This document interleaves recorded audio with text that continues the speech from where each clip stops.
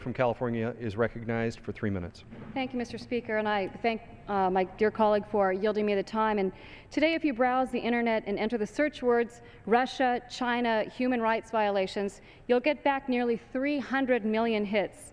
Think about it, 5 simple words, 300 million hits. In the future, how many of these stories will you actually be able to read if Russian President Vladimir Putin and China's Communist Party are allowed to exert unprecedented control over internet governance? Here are 2 words you should Google. Good luck. As the United States prepares to take part in the World Conference on International Telecommunications in Dubai, we need to provide the delegation with a clear and unmistakable mandate. Keep the internet free of any and all government control. At the WICET discussions, a new treaty on internet governance will be debated. Most worrisome to me are efforts by some countries to provide the UN with extraordinary new authority over the management of the internet. That's bad enough, but unlike the UN Security Council, the U.S. will not have veto power to prevent censorship or despotic actions which could threaten freedom everywhere. To prevent this from happening, I introduced House Concurrent Resolution 127.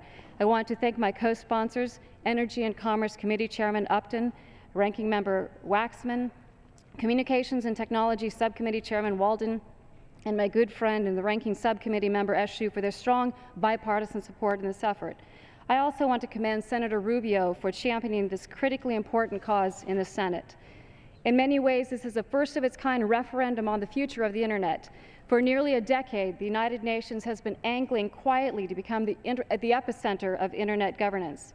A vote for our resolution is a vote to keep the Internet free from government control and to prevent Russia, China, India, and other nations from succeeding in giving the UN unprecedented control over web content and infrastructure.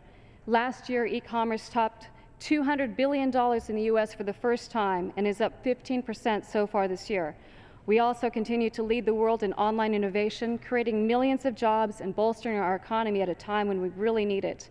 These proposed treaty changes, which have been going on in secret, could have a devastating impact worldwide on both freedom and economic prosperity.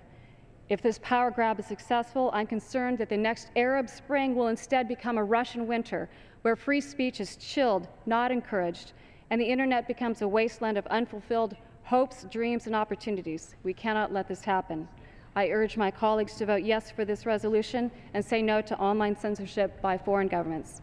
Thank you, Mr. Speaker. I yield back the balance of my time.